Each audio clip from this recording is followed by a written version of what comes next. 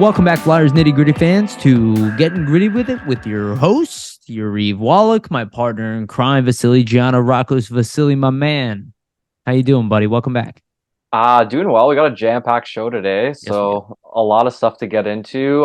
Just Flyers grades and just general news. So I'm excited for this one. There's a lot to talk about.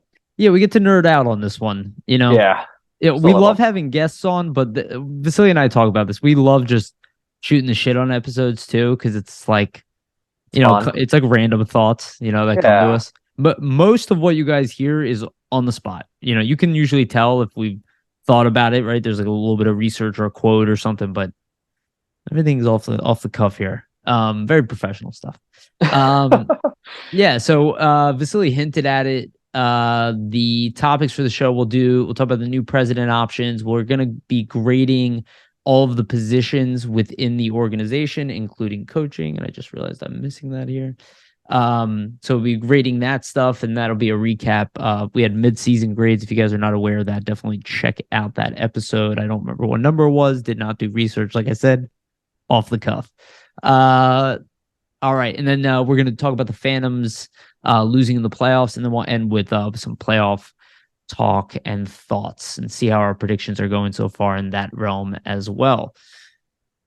Before we get started, I do want to remind people, I always do this at the end of the show, but probably a good idea to do it early on. Please like, subscribe, leave us comments, go rate us on Spotify, iTunes, all that stuff. That's really, really, really helpful for us. And thank you all for who has done that so far and who has ever taken any time. Thank you so much. It's been awesome ride. All right, let's get started, Vasily. New president options. So for those who are not aware, the Flyers are hiring a new hockey of operations president, or at least they're in the hunt for one. It's theorized. It's not 100% named that they're not hiring a GM, but let's be honest, we kind of know what's happening here. Apparently, this is going to be a hybrid role, which, again, they talked about it being like more of a marketing role. I don't really believe any of that. I think this is kind of a misinterpretation of what this role really is. This is a liaison between corporate and hockey. This is what you use to keep Danny Briere away from them. And they are aware of that. And I'm glad that they're aware of that. And I don't think necessarily like, oh, they're being mean to him, but it's a separation that'll probably help, right? It's like they can strategize together on how to talk to corporate, how to talk to the business department. And they don't, it doesn't all have to be on the GM. It's kind of taking away some of the positions that, some of the operations that Fletcher was doing and compartmentalizing it. I don't think it's going to be a more senior role above it, like they're saying. I think that makes sense. But it's definitely going to be one that's congruent with the hockey operations, and I don't think it'll need approvals, but that might happen in the end. I'm not 100% sold on that. But anyway, so let's get into the options. And first option, or I guess the options that we've heard so far, Doug Wilson has been thrown out there. Scott Mellenby, Dave Poulin has been thrown out there. Emil, help me how to say her last name. I've been trying to say it. Castange. Castange, thank you so much. And Cami Granato have been thrown out there. Castange apparently is already out. Yeah, she's gonna stay with the Canucks. So Yeah, I'll make this statement. I made it off camera. The least experienced of the group. I'm a little surprised. And again, I'm not saying so much that it needs to be experienced because, we have Danny Briere who's not that experienced. I mean, like, we need somebody who's not in the same position as Briere, in my opinion. yeah, you don't want somebody green, right? Yeah, So in fact, I would look for very, very veteran. Vasily, I'll just open up my thoughts and then I'll open up to you. I've been talking for a while. Doug Wilson, for me, that's my pick easily. The things I've heard about Doug Wilson, for those who are not aware, he built the San Jose Sharks that has collapsed in front of your eyes years later. But for a very long time, they were highly competitive. Free agent wise, he was aggressive and successful. And I've heard, things about him as far as being a negotiator, that he's one of the best negotiators in the NHL. And he's a shrewd businessman, and they can get the job done and make players happy underneath it too. So I don't know. I'm really excited about some of these options, but I think Doug Wilson for me is a clear standout for me personally, not knowing any of them. yeah, I think Wilson, I mean, would be a good option. Just as you're saying, like you have a green GM in Briere, so wouldn't you want to get a guy who has so much experience, but also built a team that was competitive year in and year out for almost a decade plus? So I just think the experience, speaks for itself for him. Just in terms of the search in general, I think on 32 Thoughts, Elliot Friedman and company there, they mentioned that the search hasn't really gotten too deep yet. There's a bigger list the Flyers are supposedly considering, and then they're going to kind of, dwindle it down a bit. So as you said, I mean, those options are definitely interesting. I would be inclined, like you, that they probably go with somebody with a little bit more experience. For me, I think Wilson would be a good option. Personally, I like Poulin or Mellenby instead, for various different reasons. I mean, Same Mellenby's here. had success.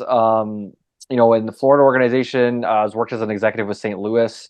So he's been around, winning teams and winning cultures before, also as himself as a player. But he has, more executive experience. Former captain too, right? If I remember Yeah, correctly. exactly. Yeah, he has some good executive experience, and it's a little more than some of the other candidates that we mentioned as well before, like Castonguay or Granado, where they're kind of in their first roles with Vancouver. So yeah, and then Poulin, I mean, is a legendary flyer. He hasn't been. I think he was an executive for the Leafs a while back, in the early 2000s, but since then he's been on TSN and been an analyst.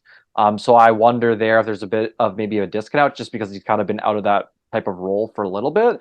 So who Mhm. knows? But it's definitely interesting with the playoffs going on. I think they're waiting as well. There might be some candidates that are with organizations that could open up too. So I think there could be some, options out of left field potentially.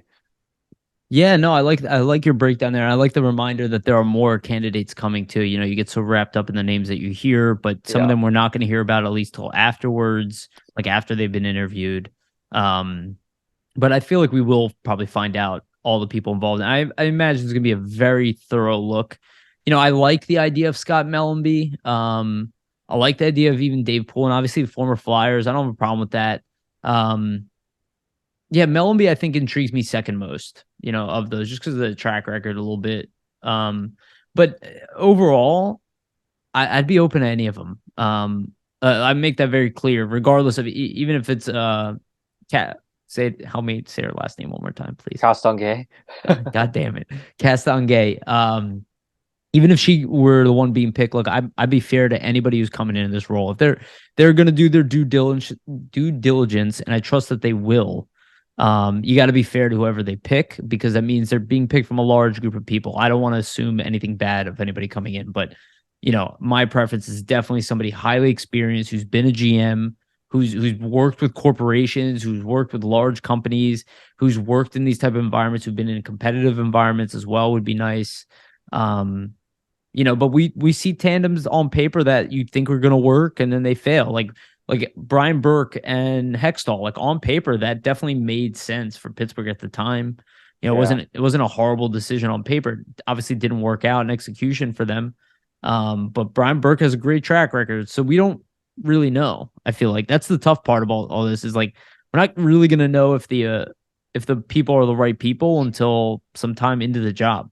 Yeah, you're gonna need to see some moves made and transactions kind of held before you can really assess. And it's kind of almost a holdback for us, right? Because we see people in these positions, and you're saying, well, in theory, it all sounds like it should be good, but until something actually happens, it's hard for us to tell. So it's more of just a wait and see situation, I guess, right? Yeah, dude. It'd be great if they, after the person was hired, that they really, and I'm sure it's going to happen through the interview, through the press conference itself.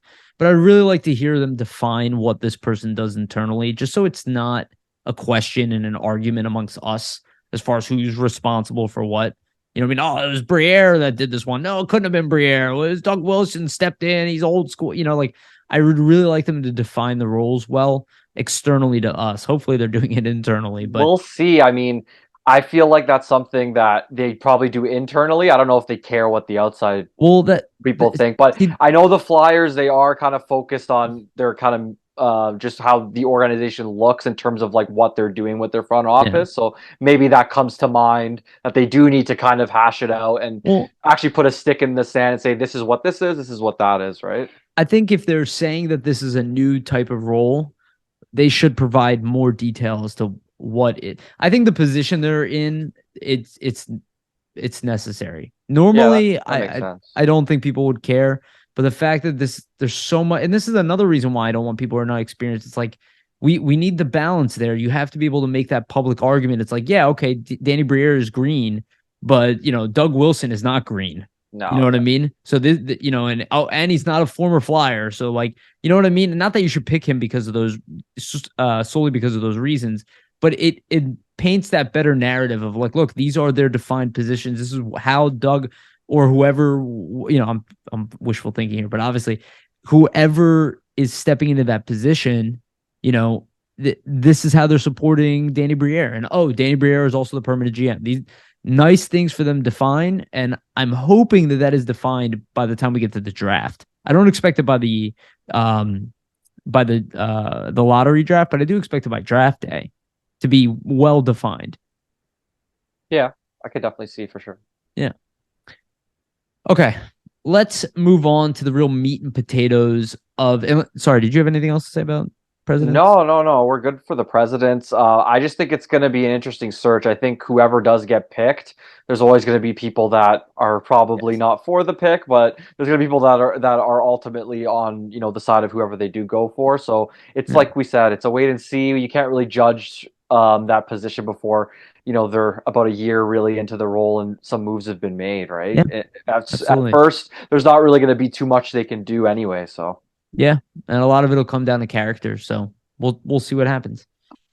All right. Let's move on to Flyers grades. So we did do a mid-season section of this. We'll reference that as we go through this. For those, again, I mentioned it earlier. For those who paid attention to that mid-season grade, we will reference those grades. That we're going to do it a little bit differently this year. We're going to score each one of the players individually. Just to throw it out there, Vasili and I did not plan this the best, and Vasili free free scored all of the players. So if mine are a little more off the cuff, that's probably why it's going to be that way. But we wanted to do it anyway just because he put good work in, and it's a cool idea and it's more fun to grade every player. So we're going to do that anyway. And I'm excited about it. Let's start with forwards. So how we're going to do this is we're going to grade the offense first, and then we'll finalize and just say how the power play did. Then we'll do the defense, and then we'll finalize how we do the PK. We'll do goaltending, and then we'll do coaching at the end, and I'll refer to our old scores. So old scores, we're going to start off with the offense. For the offense, Vasili, a few months ago in our mid-season grades, you gave the offense a C minus, and I gave it a C. And I also put when healthy, so a little bit optimistic note there.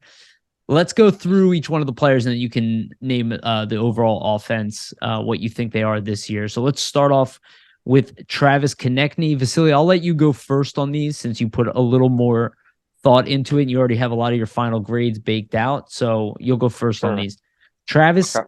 Konechny. For Konechny, I gave him an A. I think it's pretty self-explanatory. I don't have to get too much into it. I mean, if you watch the team this season, he's the Flyers' best player by far. He gets his career high in goals this season, and does get close to get even past that, right? So he has 31 goals on the season. He could have probably hit almost 40 if he didn't get hurt. I mean, a player that was, at least for the offense, pretty much everything to this Flyers offense. Like if he was out, they were struggling significantly to score goals. And I think that kind of just in general is why I give him the A, because he was essentially the main catalyst for most of the offense all season. Yep. 61 points in 60 games, gets over a point a game again for another time, which I mean, in the past, his highest total was 61 points, so he matches his highest here. Another thing too is starting to play on the PK as well, right? So that's a kind of a new facet of his game that we weren't really aware of, and he scores some big clutch shorthanded goals in that position, and just also holds his own defensively. So I think that's kind of a new element of his game we weren't aware of that's coming out under Torts this season. So all those reasons contribute to the A for me. I mainly think too a leadership aspect is a big part of it as well. You could just tell it was a more matured Konechny who just I think realized that he needs to take more of a bigger bite and step of the leadership role in the team, but also just being a catalyst offensively for the team. So Yeah, no, really well said there. Obviously I agree with everything you said. I'm going to go with the A too. I mean, I don't even think this one's really disputable. The guy we were hoping we drafted was an 80-point player, a 40-goal scorer.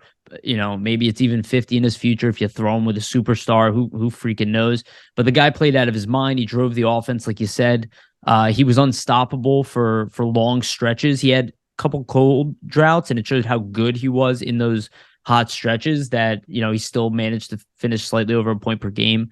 The 40-goal pace, I think, with this team's offense just shows how highly effective he was this year. And I think, without a doubt. And I expect him to do it again this year. And I think he's going on the trajectory that I thought he was going. And I have a player profile video on Konechny, and I didn't say 40 goals was out of reach. I never really thought that.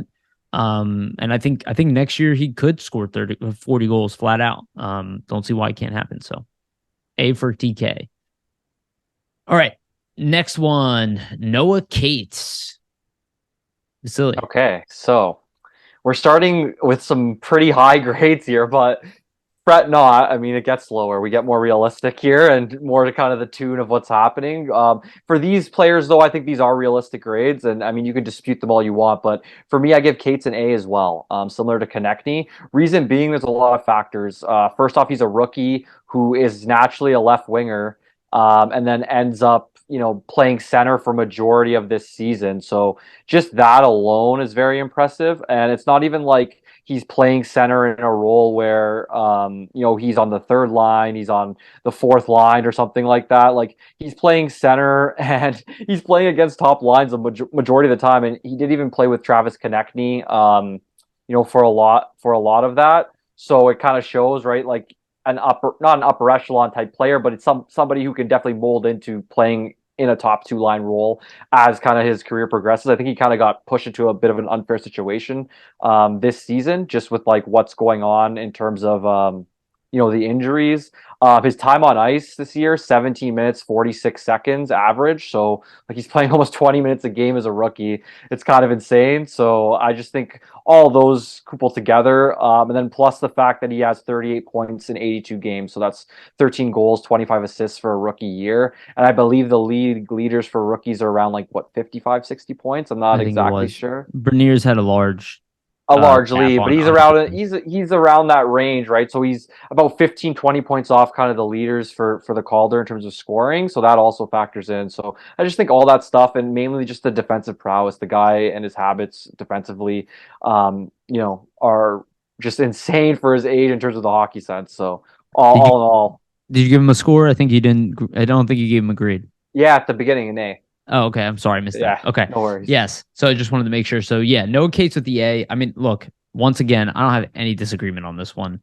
Of the rookies, he was the one that did more than asked of him, or of the young guys, did more than asked of him, excelled, got better as the season got on, exceeded expectations in almost every metric outside of the offense, which I thought he could produce what he could produce, but as a winger, not necessarily being thrown into a center as a rookie. Exceeded expectations of the rookie position.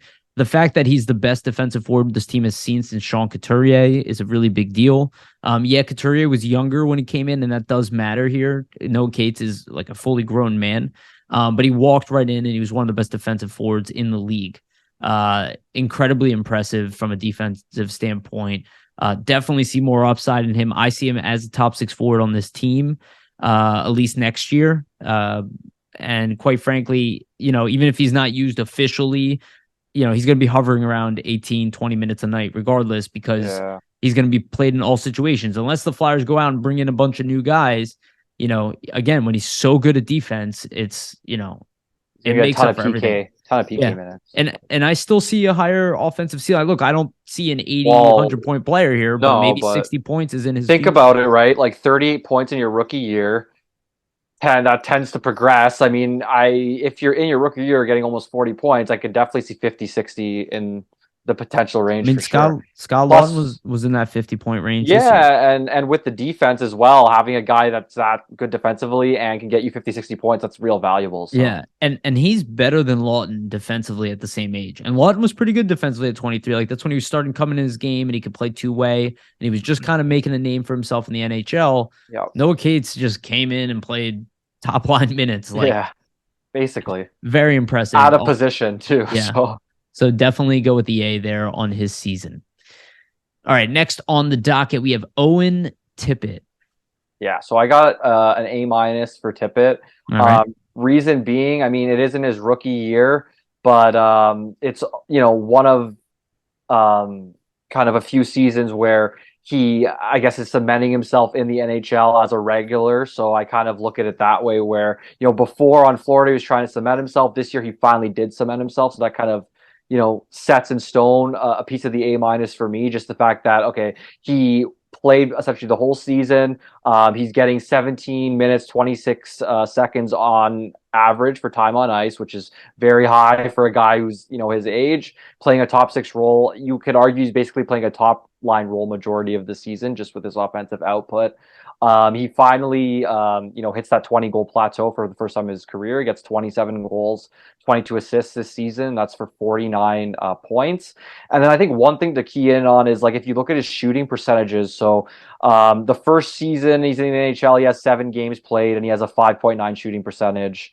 The second season, he gets 45 games with Florida, and he has an 8.1 shooting percentage. The season afterwards, so that's 2021, 2022, he gets 63 games in with Florida and has a shooting percentage of 8.2%. And then last year with the Flyers, 7.5%. This year, he's all the way up to 11.8% in terms of the shooting percentage. So I think that's always something that we were looking at when he was acquired, right? It's like he gets all these chances and he makes a lot of opportunities, but he's not scoring on them. And just the fact that you see that shooting percentage go up by about 4% shows he's cashing in a lot more consistently. So I think just him in general, kind of going from last season where he's creating a lot of chances but not cashing in on them, and then this season almost hitting the 30 goal mark in the opportunities he's given. I think that kind of gives him the A- there, and just for the fact that also still a young player, so sky's the limit. You're hitting 27 goals in the first time that you probably got top 6 minutes in the NHL in your career. So who knows what can happen and how it can progress if he continues to get that usage and becomes more confident in his abilities, right? Yeah, man. Really well said. I was kind of weighing as you're talking, like, what would I give him? A minus. I want to give him an A minus. Back of my mind says B plus right now, and only for this reason, really. Because you could argue with me A He's not minus. as consistent, and I It, think that is part of your well, reason, probably. it's not even that he had lows, right? He had such high highs. And I look at the power play and his shot and everything. I just have to include the entire season Mm-hmm. into it, and I think about the power play and how he, yes, he definitely was the only one of the only driving forces, but he didn't take advantage of it enough. And that's where I think it stops me from being in the A range, just because there's one element of his role where I don't think he was at an A. But overall, I agree with everything you said. I mean, the shooting, everything he put together this year, how he ended the year is what makes me want to give him that A minus. To your point, Vasily. Yeah. Maybe I'm being a little too harsh on him, but like the end of the year, he was, he was one of the top players on this team. Obviously, this team was being led Yeah. by young guys, and yeah, outside of the power play, I agree with everything you said, though. I wanted to mention one other thing too. Sure. He actually had 231 shots on net this year, so that's a quite significant amount. His Nice. highest previously was 126, and that's between his 45 game season for the Panthers and a 7 game season in 2017-18. So just shows, right? He's shooting the puck with a lot more consistency, I Yeah. think, with the confidence he's kind of found in Philly, right? Yeah, and also the type of goals that he started scoring changed as the season went on. Like he really like I give him a solid A for the second half of the year almost, Yeah, I agree.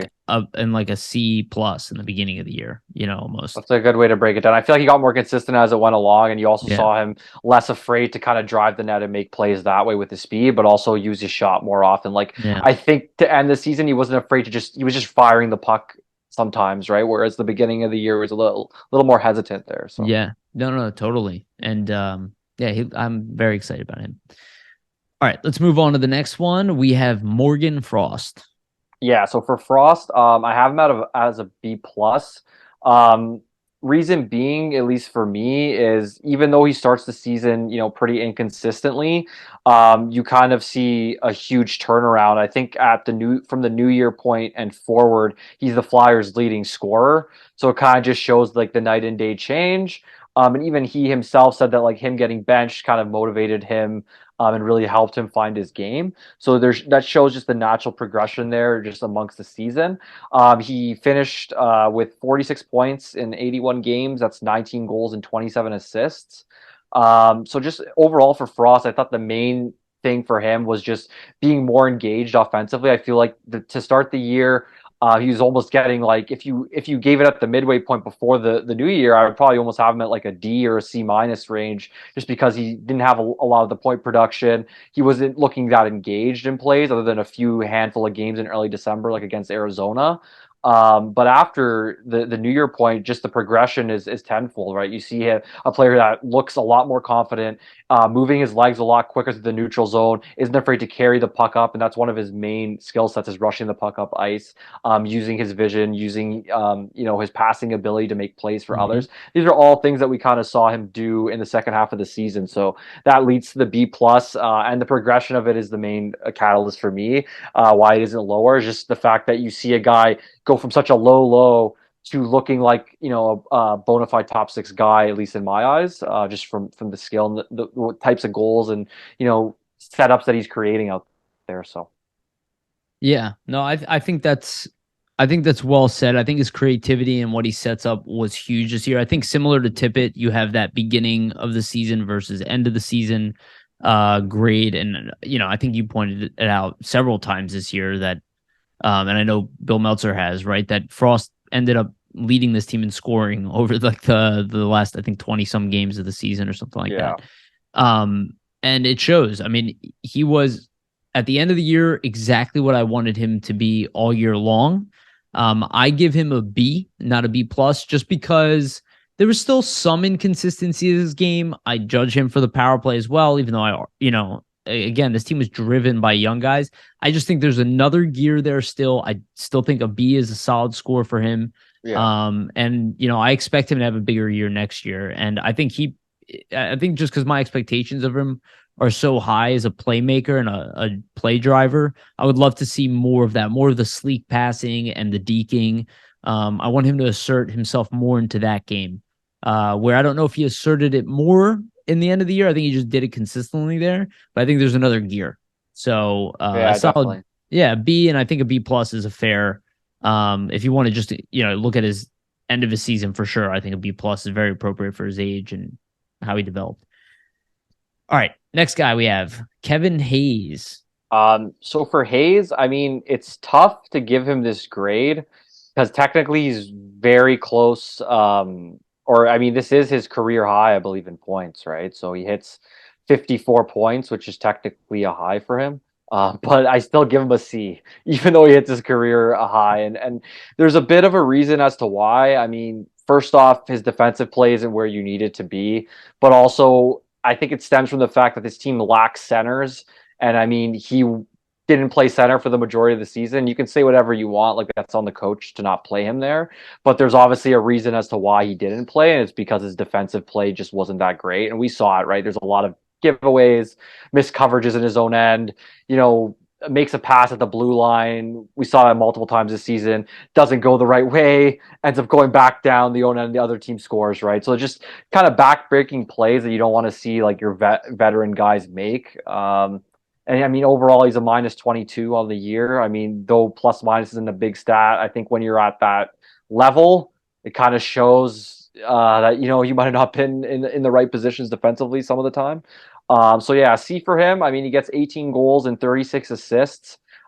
He hits a career high in assists as well. So career high in points, career high in assists for Hayes there. But overall, I mean, doing a decent job in the role that he's in. But I just think kind of writing's on the wall for him in general with the team. So Yeah, I think that's really fair. I went with a C plus. I give him the nod for the reason you were laughing about in the beginning. The fact that he had a career year, I want to give him the nod for at least being an offensive driver on this team when the team desperately didn't have any, and they were playing pretty decently when he was scoring too. I do agree it was not his best year. I think a C plus for a guy who gets paid as much money as he gets paid is the biggest reason why I want him moved more than I mhm. see him like being an actual problem. If he was a $3 million player, I would not be I'd be very excited about the output that we got out of him. But it's more of in his role. I think he didn't play that bad considering the end of the year he was barely being used, and obviously for obvious reasons. Like you said, it's probably the end of his time here. So, I give him a C plus. I think I'm being a little soft on him, but I liked his offensive production at the beginning of the year. Second half of the year wasn't much of it, but when the team needed him to score and everybody was young and not ready to play, he did show up offensively. Not in Yeah. the most important ways, but he did. So I give him that C plus. All right, let's move on to the next one. We'll go for Scott Lawton. Yeah, so for Lots, I gave him an A minus. I believe he has his career high in goals this season. I think it's 18 or 17. Let me just confirm that. Yeah, so he has 18 goals this year. So that's a career high for Lawton. Also, just in general, he's kind of the pseudo captain on a team that doesn't really have any official leadership. So I think that in general, right, being one of the main veterans on the team, helping a lot of the younger guys, I think that's a big reason for me. To give him kind of the A minus. He definitely is the only A on the team. Basically, one of their only mainstays on the PK as well all season, and did a really great job. Just in terms of PK play, I believe he had he had three shorthanded goals. So, that's a pretty good number just for the amount of minutes he was playing, and playing against top lines there as well. So 18 goals, 25 assists, that's 43 points. That's his career high as well in points. So Lawton, I think he did pretty much all you could expect of him just based on the situation he was in. He's basically a guy on a really good team who's going to be on your third, even on a really deep team might be on your fourth line, and he was kind of slotted in the second, even on the first line a lot of the season. So I just think based on that and how he produced in that role that he's kind of never been in before, that puts him at an A minus for me. Yeah, man. Be honest, I was thinking about a B plus for him, but as you were talking, I was like, yeah, A minus is definitely appropriate. The leadership aspect is a huge part of it. The fact that he was the leader of this team when the leadership left, and him getting recognized by Tortorella, him being played in situations he's never been playing, having a career year.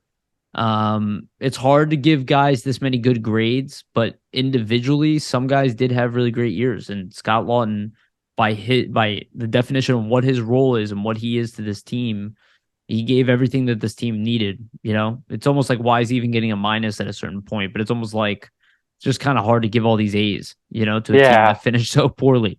So Don't worry, the grades are going to get pretty bad now. So yeah, that was the last of the good ones, basically. fair enough.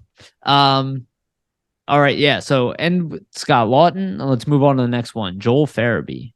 Yeah. So for Farabee, I gave him a C. I mean, I think to anybody who watched this season, you could see that it wasn't probably to the par that we're used to from Farabee, right? Like this was his least productive year aside from his rookie year in the league. So that's even like, um, let's say the season beforehand, he plays 63 games and gets 34 points, 17 goals. Like this season, he gets 39 points in 82 games, right? So it kind of just shows production isn't really matching based on what we're kind of used to from Farabee. Obviously, the surgery plays into an effect. I think there was a point where he went like almost 28 games without a goal Mm-hmm. this season. So just there's a lot going on for him this season. I think adjustment to a new coach for a young guy that is very demanding was probably a difficult situation for him. Also, the surgery and just how that's going to affect you, though, having an off season of training is going to hurt the overall play. I just think in general he wasn't really himself in terms of board battles. He wasn't really on top of it as we usually expect. As the season turns around, you see him get a little bit better. Just scoring with a bit more consistency, creating some more chances, almost getting back to himself, a little more speed as well to his stride. So I think just with Farabee, like as the injury kind of you're further removed, you see him get a little bit better. So I think as we go into next season, full off season, we'll kind of see him back to over that 20 goal, maybe even potentially 30 goal range. So Yeah, no, I hear you with the C. I'm like somewhere in between a C plus and a B minus with him. The reason is, and I do account for the surgery, the fact that one, he was being utilized heavily early in the season in all yeah, situations. I think the potential and the expectations for him are so high that it was a lackluster season for what he's capable of bringing. But, I look at that injury and I look at the way he finished, and the way he finished was definitely in the same way that the other young guys did.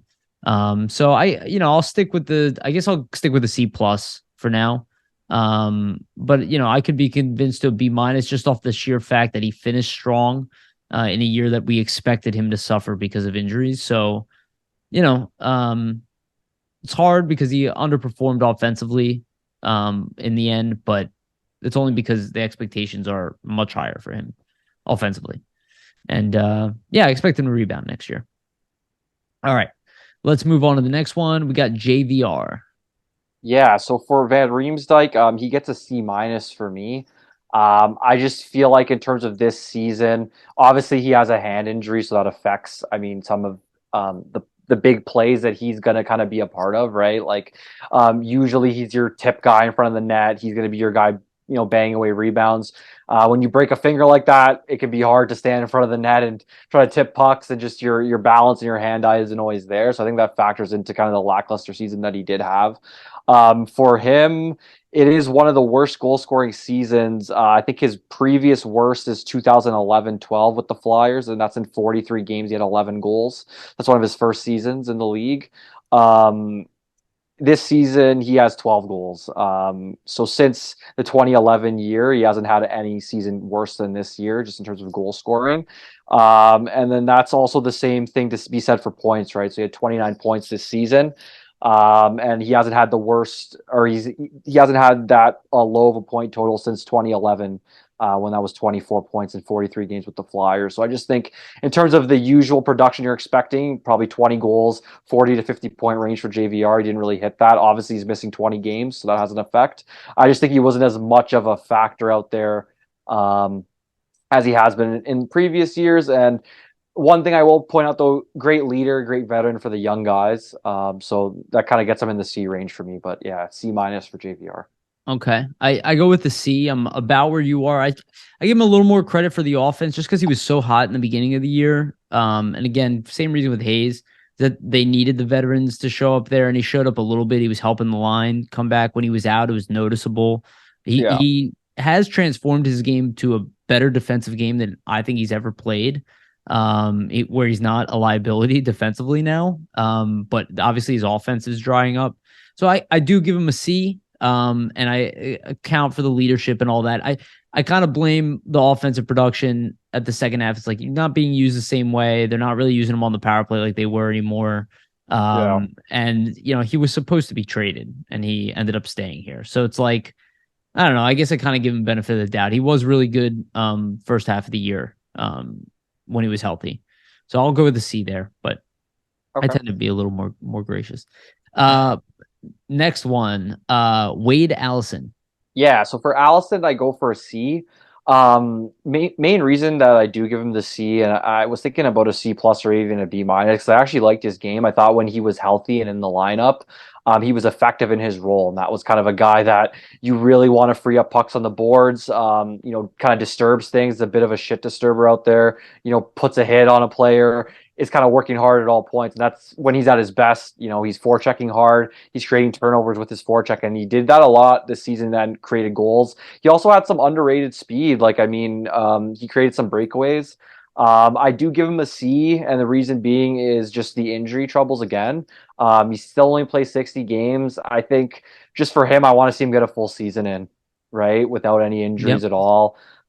This year he had, I believe, two and a couple times where he was banged up outside of that as well.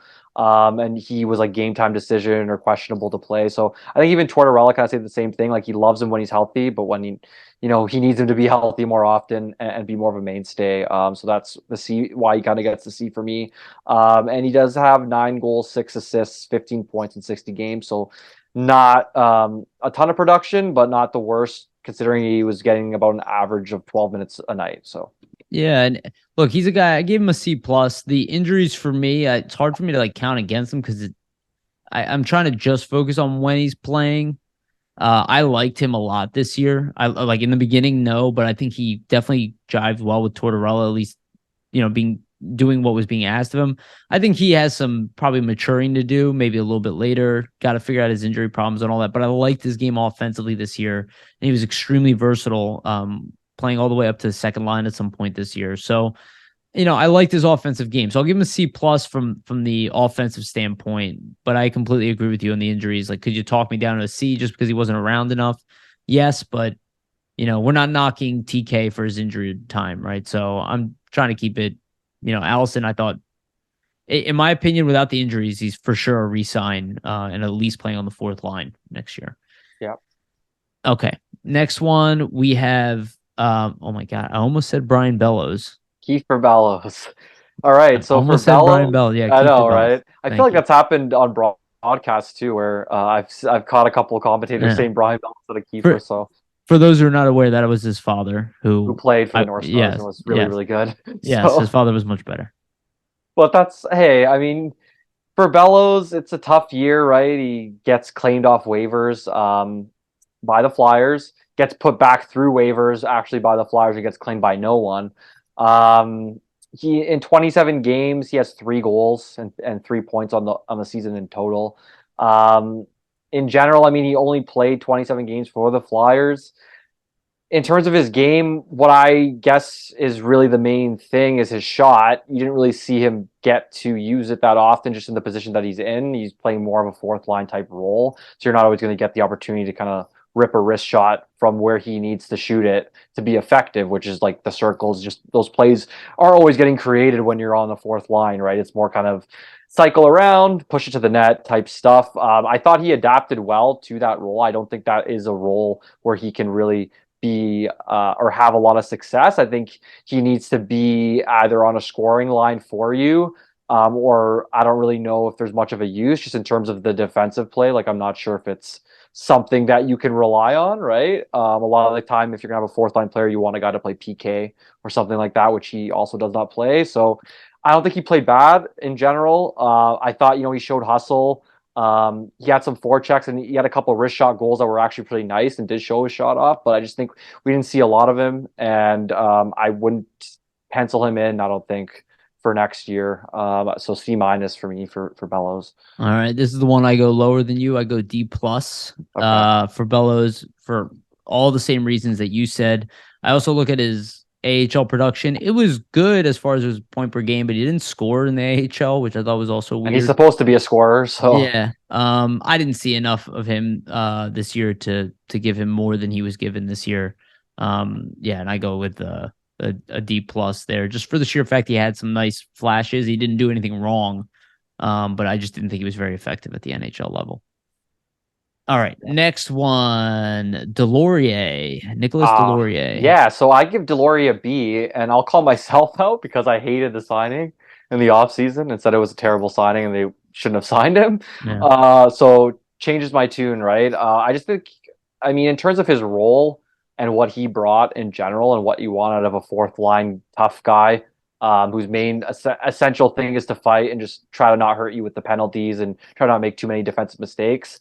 I thought he was pretty solid in the PK in the role he played. Like, he had some PK time, and he's a good aggressive PKer, right? Like, he gets on the point men and doesn't give him a lot of time and space. So I think he's pretty good in that role. On maybe a third unit on the PK where you're rotating through and he gets that third line minutes there.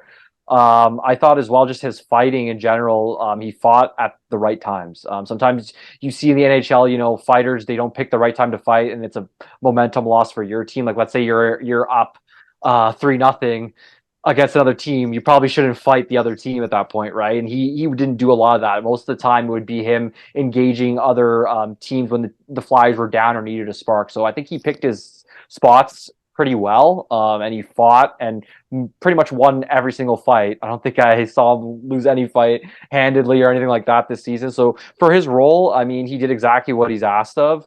And I mean, he had 6 goals and 6 assists for 12 points, and his previous career high is 15, so he's pretty close to that. So I think overall, there's not really much more you can ask of Delorier just in the role that he's in there. So Yeah, no, I think that's again really well said. That's exactly how I view it. I think he did help with the attitude. The toughness is one of the highest hitting teams in the league. We're also the most blocked shots, but obviously a lot of that comes from not having possession, let's be Yeah. honest.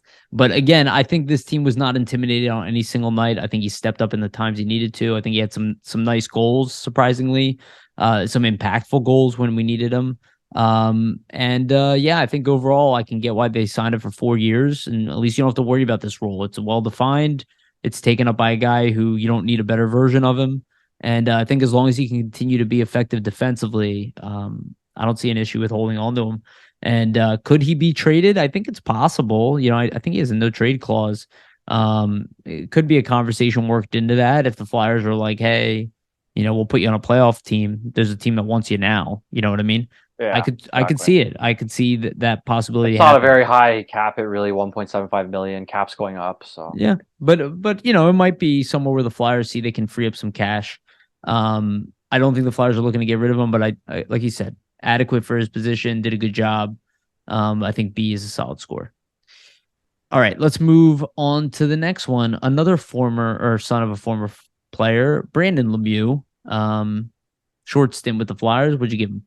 I give Lemieux B minus. I mean, he only plays 18 games with the Flyers, but I just thought in those 18 games in the role he's in, a little bit of third line time, fourth line time. But I thought him playing with Frost and Forrester, that line when they were together, were really effective. They were scoring a lot, and he was a main part of that. His forecheck was pretty tenacious. He wasn't giving up on plays out there. We did see a dip after about, I'd say, probably the first 9, 10 games. So the last 8 games or so, you didn't see that same drive, but he also wasn't playing with those same players. He was on the fourth line for the end of the year, right? So it's a bit of a different role. You're not going to have the chance to kind of create as much. You get 6 points with the Flyers, 2 goals, 4 assists. So I think just in general from the short stint, a B minus for Lemieux. I don't think he played bad, and I don't think he had really any egregious mistakes that would make it any lower than that. So I thought he was solid for kind of the time that he had, basically. I don't know if he comes back just with all the depth at forward. I would be surprised, but we'll Yeah. see, right? I think for sure he doesn't come back. I agree with a lot of what you said. I do give him a lower score. I give him a C. I liked what he brought at first. I liked the impact. I think he did tail off. I think that's more of what his impact would be on this team. I'm Yeah. not so sure he could even make the roster next year. I think Tortorella likes his personality. I don't have a problem with him being like an agitator. I like that version of him. And I think he has a higher upside, but I didn't see enough of him to give him enough of a score. But I did like the that early stretch. It was nice, but I give him a solid C. Yeah, that's fair. Okay, let's end the forwards. We'll end it on Tanner Lazinski. So for Lisinski, I mean, it's a tough year because he's injured once again. But I think that kind of plays into it for me. And it's the same thing with Allison, right? Like for certain guys that have shown in the past that they can stay and play full seasons. I don't kind of count the injuries in when it's a one-off kind of year, like a Konechny or something. But for a guy like Lazinski, even Allison, like there are guys that have been plagued with injuries, and I mean, at a point, it's on the player to be able to stay healthy. And even if it's tough, it is what it is, right? Like you can't make an impact and show your worth to a team if you're only playing 30 games in the year. So I mean, I think just for him in general, without him playing really that much, it's hard to gauge. I give him a D on the season. I don't think that he played necessarily bad defensively in any way, but I just don't think I saw enough from him in the role he was in. Like he didn't stand out to me, let's say, like on a shift to shift basis. There wasn't any really games that I thought, hey, this is like a standout game for Lazinski. So that's kind of why I give him the D there. Yeah, no, I gave him a D plus. I liked his game in the beginning of the year. I think after the injury, he just never looked the same. Yeah. I think Tortorella felt the same way about him because I think the way he was being used in the end of the season was not reflective of the way he made the team early on in the year. And it's unfortunate because I do think injuries hurt him. I'll give him a D plus just because he was very good at the AHL level when he played. He's clearly not an AHL player, but has yet to find himself at the NHL level. He's got 1 year left on that contract, so next year is a huge year for Tanner Lazinski individually. Whether he makes the NHL or not, I would say if he doesn't, it's his last year with the organization, and then I imagine he'll go out as a free agent, try to find a fourth line role somewhere. Yep. All right, let's Likely. let's score the overall offense. What do you give them now? Okay, so I'm going to caveat because I want to go from this season and kind of reference last season. So this season, the Flyers scored 220 goals. That placed them at 29th in the league. Last season, they scored 210 goals, which placed them at 31st in the league. Yeah. So they get 10 goals more. It's really not a whole large amount. My grade was a C minus for the offense in the middle of the season, and it's going to stay at a C minus for the end of the season as well. All right. I think that is very, very fair. I started off with a C and I'm at a C minus now. You just look at the fact that while the offense was being driven by the young guys, there wasn't a ton of offense. There are still nights where this team just had a ton of trouble scoring. So I can't bump them up to that C. Yeah. And without TK or Tippett, I don't know if this team could score at all. And again, fair. Maybe Frost would be able to score a little bit, but again, those are the two guys with the big shots. Those are the guys that he passes to mainly to create those Yeah, chances. like I think that's a great point, you're even just the fact that, like I said, like they're 29th in the league in scoring. There's only so much of a grade that we can give them that's beyond like yeah, something like a C it's minus. Like they, probably a little bit generous, honestly. yeah, to be honest. I mean, let's be real, right? Like they were starved for offense majority of the season. We did see points where and stretches where they did score, but those stretches didn't last long enough for them really to warrant more than a C minus. So I Yeah, think that's pretty fair from what we're and coming at. and we're excited about 40-point seasons, from young Yeah. guys. And while they are promising for their age, you know, if those guys are veterans, we're the worst team. We're Yeah. we're in, we're in hockey hell. And then so let's talk about the power play. Last year you gave it an F and I gave it a D. I'm sorry, not might have been last year, but no. Mid-season grade, you gave it an F and I gave it a D minus. Where are you today? So I'm still giving it an F.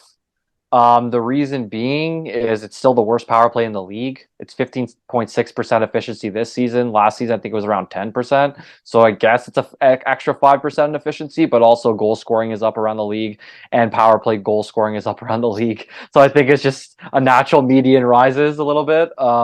They're the worst power play in the league. They get an F. They're not very good. They don't create a lot of chances. I think they have some pieces that can be on a good power play, like a Tippett, like a Connecting, like a Frost. I just don't think that those guys really establish what it takes yet to be effective on the power play. I think they still miss that real, like, bona fide high end first line center to kind of be on their power play. I mean, Sean Couturier and Atkinson would help. That's for sure. Yeah. I don't know if with those guys they're last, they might be like a little higher, but I just think in general they just need a lot of creativity on the power play that they haven't seen. I mean, it looked better with Tyson Forster, so maybe as you add in a little bit more youth, and you see kind of the youth playing together and clicking more, it gets better. But just worst power play in the league, it has to be an F for me. Has to Yeah. be. Um, yeah. I mean, I gotta agree with you on the F. I want to give him a D minus and benefit of the doubt, but the fact that it was just, there are just times that the power play was just not.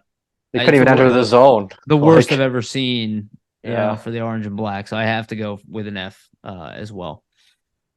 All right, let's move on to the defense. Last year, or I'm sorry, I don't know why I keep doing that. Mid-season, you gave it a C and I gave it a C plus overall. Let's go into the defense. We'll start off with Ivan Provorov. Go ahead. So for Provorov, I gave him a C this season. I think a lot of his season was, I mean, a bit of a struggle just in the sense that he was not really paired consistently with one partner till about halfway through the season, right? Until Cam York gets called back up. So he's kind of shuffling between, Ristolainen, D'Angelo to start. I even give him some shifts there with Sanheim. Another reason, I mean, I give him a C is just there's some points defensively where he's turning the puck over a little bit, not in the best, positioning defensive wise. So in those situations, that factors in. I would say too, he has 6 goals, 21 assists. That's 27 points. That's one of his lowest, scoring seasons. Obviously, on a bad team, that's going to have an effect there. I just think for me, I've seen him be better. I know he can be better. So that's kind of why he gets the C. And I think he would probably tell you that himself, that he could have had a better season. Mhm. So yeah, just a solid C for Provorov. He wasn't really costing them or killing them. There were some nights where he was playing really well defensively, but I just think he wasn't as much of a factor in terms of helping the team win as he has been in the past. So Yeah, I think all of that is accurate and fair. I go with a C plus, only for the fact that he didn't get benched, that he continued to play the same role. He yeah, did have a few stretches where he looked really good. And then he had yeah, stretches again where it just went right back down. So C plus I think is appropriate just because he had some big goals at the end of the year. And he did win defenseman of the year for the team. yeah. I do think he came in way below like what I want to see Provorov is at an A, we're a B plus, and to see him at a C plus is even that's not good in my opinion Yeah, for a guy. I will say his that overtime winner, man, that he scored, beauty. Yeah, That's a beauty goal to end the year. yeah. And I think for a team that starved offense, his numbers weren't that low. No, not too in, bad for in defenseman. comparison, not good enough, but again, Yeah. not I just think horrendous. you would agree. Like we've seen him be better, and he probably himself knows 100%. that he could be better. So, 100% agree with that. I don't think a C is an inappropriate grade at all. All right. Next is Travis Sanheim. so for Sandheim, I think this was like not to be harsh. I think it was probably one of his roughest, probably one of his worst seasons as a Flyer. Yeah. I mean, I gave him a D plus. He did turn it around at the kind of the last month or two, around March. You kind of see him joining the rush again. I just think there was a lot of plays this season where he was out of position or he wasn't pinching at the right times. He wasn't making the right reads. And there's also a part of his game where he was a little bit hesitant. And I thought we kind of got over that aspect of his game where you saw that maybe 2, 3 years ago as he was breaking into the league, where he was hesitant to join the play, join the rush, use the skill that we know he needs to use to be effective, which is like his skating and puck rushing ability, which he was not really doing very effectively for most of the year until the last couple of months. So Yeah. I think just him not playing to that potential that we saw him last season, where he was really, really good, arguably a top pair guy, just based on the way he played last year, right? Hmm. Him not living up to that, I think that kind of puts him at the DE plus for me. He did have 23 points this season, 7 goals, 16 assists, so it's not too far off last season where he had 31. But I just think the play style that he kind of exuded on the ice, it was not what you want to see from him overall. Yeah. I'm gonna second your D plus there. I want to give. I was thinking about giving him a D, but D plus because I do agree with you. I think he rebounded, especially the very end. I think he had a really rough season. Surprising considering they tried to put him back with Risto, and he looks so Gets the good. extension Yeah. too. They like the He buy-in from the management, right? I've been saying this about Sanheim from day one. His confidence is so crucial to his game. It's so extremely noticeable. Like the polars are crazy. He goes from being like, at times looking like a number five on your team to looking like a legit number two. Yeah, that's what I And mean, right? yeah, it's such large swings. And I don't think it's always like that with him. This year it definitely was. I think he's the most likely to get moved just because the position his contract is. I mean, ideally, I would prefer to have Provorov on a short contract who's better than Sanheim, who can play a similar role and has a longer contract and is not as good. So, and a smaller ceiling.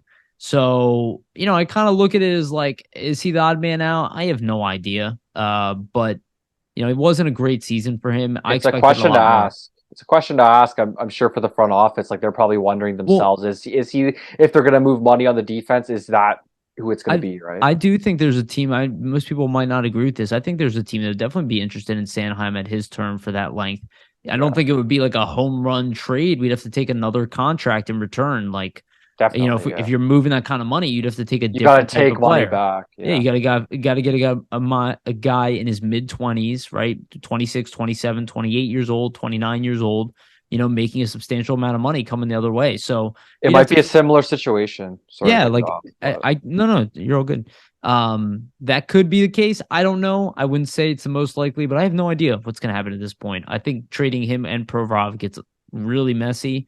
So we'll see what happens. I would bold imagine if I'm prediction. I think there'll only be one of them on the team next season. That's my bold I, prediction. I think if you want to talk about planning for the future, that makes the most sense. I Mhm. think it makes sense to get rid of Sanheim, though. I don't know if it makes sense to get rid of Provorov unless you plan to take a step back I'm with on the the same team, page there. Yeah, which I would hold on to Provi. I would say before like Sanheim. So like Sanheim's role can be taken by York yeah, next year. exactly. Provorov's role cannot be taken by York next year. You'd have to move up Sanheim to an elevated role, which maybe they will. Maybe that's their thought, and like, hey, well, we're not going to be that good anyway. We'll look to move Sanheim in a couple years. I don't know, or they'll find somebody. I don't know. It's going to be interesting with the defense. I think that's the area of the team that might have the most fluctuation in the next couple of years, just with a lot of young guys coming around Yes. too. And the group that I would say didn't improve throughout the year. Yeah. Um, Next on the list is Cam York. So I have Cam York at a B minus. And reason being is just kind of the progression throughout the season. He has a not so great camp. Starts with the Phantoms. Plays well with the Phantoms. Is essentially their number one guy, all situations, all minutes, running the power play. Then he comes up with the Flyers and basically gets thrusted into a top pair role aside from the first handful of games there, right? And he holds his own in that role. I mean, there were some nights where he's playing upwards of 20 minutes a night. Like his average time on ice was 19 minutes and 39 seconds. And he's basically like a rookie, right? Like last Mhm. season, he only played 30 games. This season, he has 54 games. So just, it is impressive at his age to be playing almost 20 minutes a night. And he's playing with Provorov against all the top lines in most of these games. So just the fact that he's playing against that level of competition. And I do go back to one game the Flyers had against the Oilers where Provorov and him as a pairing shut down essentially, that top line of the Oilers, and the Flyers win that game due to some stellar defensive play. So it just shows like you have a top pair that looks like it could work potentially long term with Provorov and York. And York is only going to improve from here at his age, being a defenseman in the league, right? Like as being 22 years old, you're not anywhere near your prime as a defenseman at all. So Yep. I think there's just sky's the limit for him, and he puts up 20 points in 54 games. So if he plays 80 games, he might be close to 30, 40 point season in almost like his rookie year. So pretty impressive from York, I would say. Yeah. Yeah. Oh, I'm sorry. Didn't mean to cut you off. Um, so yeah, I also went with a B minus. I was considering giving him a B, but only because the I reason I think him didn't. not making the team is what was it for me. Okay, for me it was that actually wasn't it. For me, it's more that his offense trailed off for a long stretch in the middle. And that's like kind of his role as offensive defenseman. I do agree, at a good season. He played well with Provorov. He had some really good stretches where he played defensively well. You could convince me to a B, but I think offensively he can produce more. So I'm going to go with a B minus. I do think he is what helps make D'Angelo and Sanheim and your second pairing and below defenseman expendable Yeah. easily. And obviously he can fill in on a top pairing role at this point in his career, but he can't drive one yet. Maybe he will next year. Who knows? Maybe that's the Flyers' guess. Is like, yeah, well, Yeah. maybe he's ready next year. That's interesting. I mean, I think there's definitely more room for improvement. Like, I think for him, 100%. I think we're looking for him just to be more of a catalyst on the power play. I think that's why we don't get him at a B. Like people kind of have him as a Yeah. B minus. Like he's supposed to be that power play guy. You didn't really see him show too much prowess on the power play, or really Yeah. like or show. I guess what we wanted to see, like a little bit more of like setup guy, Yeah. thread the needle type passes. I think one thing we did forget to mention too is he's playing the offside too with Provorov, so that's Yes. it's Great even more point. impressive, right? Like It's crazy almost for him like to be playing at that age, the offside, almost first pair minutes, like insane. yeah. Yeah, and if his production would have been more consistent, easily a B, maybe even a B plus if his I production was agree. higher. Yeah. All right, let's move on to the next one. Rasmus Ristolainen. So for me, I think it's very similar to York, actually, kind of the way I graded out Ristolainen. And it kind of tale of two seasons. Like he starts off and he does have an injury and he doesn't really start well. And then he gets benched. And then after the Story of the bench, Flyers. yeah, and then after the benching, they kind of build his game back up, right? Where like he's getting strictly defensive zone starts, really defensive oriented play that is kind of what they're focusing on with him. And then they work the offense back in where now he's on the power play. He's getting put in positions where he's starting the offensive zone. He's making pinches up the wall. He's even sometimes following his own forecheck in and getting pucks. So I think his offense was like built up almost from the ground up. Where it's like, well, no, show us that you can play positionally sound defensive hockey first at your size and with your reach, which you should be able to do, and then we'll give you the free reign offensively. And I think it's a great point by the coaching staff because he is a guy with his size and range and just his physical attributes that should be a really hard player to play against in the defensive zone. And I think to start the season, he wasn't that at all. So I think they kind of want to get that out of him. And I think they effectively did. I mean, he basically from that benching point, he looked like the Risto of last year. I thought Risto played really well last season with Sanheim. This season, he isn't playing with Sanheim the whole time. He's with Sealer sometimes, with Sanheim, a little bit with Provorov. But I think he played well overall. Like he has 20 points this season, 3 goals, 17 assists. And he's playing almost 19 minutes a night. So I think overall from Risto, just in his role as like your number 4 type guy, he's never really going to be the top guy for you. B minus is a good grade to give him, especially just on the progression from how poor he was at the beginning of the year to how he's playing for pretty much the remainder from like end of November to the end of the season. So I probably shouldn't give him such a high grade. I'm going to give him a B, but the reason I give him a B is because of how Torts talked about him in the end of the year. Where he's like, he's our most improved defenseman. And it just seemed like he was such a different defenseman by the end of the year, better than he was last year. Yeah. You know what I mean? And not that I thought he was good last year, but this year he went from a guy that everybody thought we should trade to, for some reason, him not being brought up as a trade candidate. I feel like he closed plays off this season. Like yeah. last season, he didn't do that as often. Yeah, I think it ups his trade value. I think he's definitely still a trade candidate. I don't know why people don't think he isn't. He's near 30. But I think he had a great season. I think he bought into the coaches. I thought he showed more offense in the second half of the year than I thought he still had in him. So for me, I'll give him a B, but most of that grade, the reason I'm not giving him what you gave him is just because of the way Tortorella talked about him. And if he makes the coach happy, I got to give him a little bit of higher grade just for that sheer fact. Yeah, definitely. All right. Let's move on to the next one. We got Nick Sealer. So for Nick Sealer, he gets an A. This is the only A I give on defense. So essentially for me, it's kind of based on the position that he's in. I mean, he's your 6'7" guy in that role. You can't really ask for much more. He did not make a lot of mistakes this season whatsoever. I would argue that he played like miles ahead of his stint last season with the team. I thought he was much more effective this year just in terms of closing out plays. I thought what was a real kind of thing that I didn't realize about him is he actually doesn't have a bad outlet pass like out of the zone. Right. He's pretty decent in terms of his offensive skills as well. There were some highlight reel goals we saw him score throughout the year where goal. you're kind of wondering like, whoa, is that Nick Sealer scoring that goal? I freaked out when I saw that goal. Yeah, so like he's got some skill to his game. I think the passing's underrated. I think maybe him being out of the NHL the past few seasons before he kind of joined the Flyers, maybe he wasn't the most confident in his ability and just, if he could kind of hack it at the level that he was at. But I think Tortorella buying into him kind of showed the full buy-in from the player where he really bought into Torts' system and just worked his tail off. I mean, he had 14 points in a 6 defenseman role. Pretty good. 4 goals, 10 assists. And he was not a minus this season, so he's a +1. I didn't check this, but I wonder if he's the only plus on D. I didn't check it either. I don't know. I feel like York is a plus. Yeah, you might be right. I'll check. They were much better defensively the second half of the year. But yeah, that's an A for me for Sealer. So what did you have for him, Yariv? Yeah, so I give him an A also. And again, for the exact same reasons you said, I'll give him the A also because the coaches bought in him 100%. He was playing a number 5 role all year, which is great. He was playing way out of position, and he never looked at a position. Yeah. He constantly played well.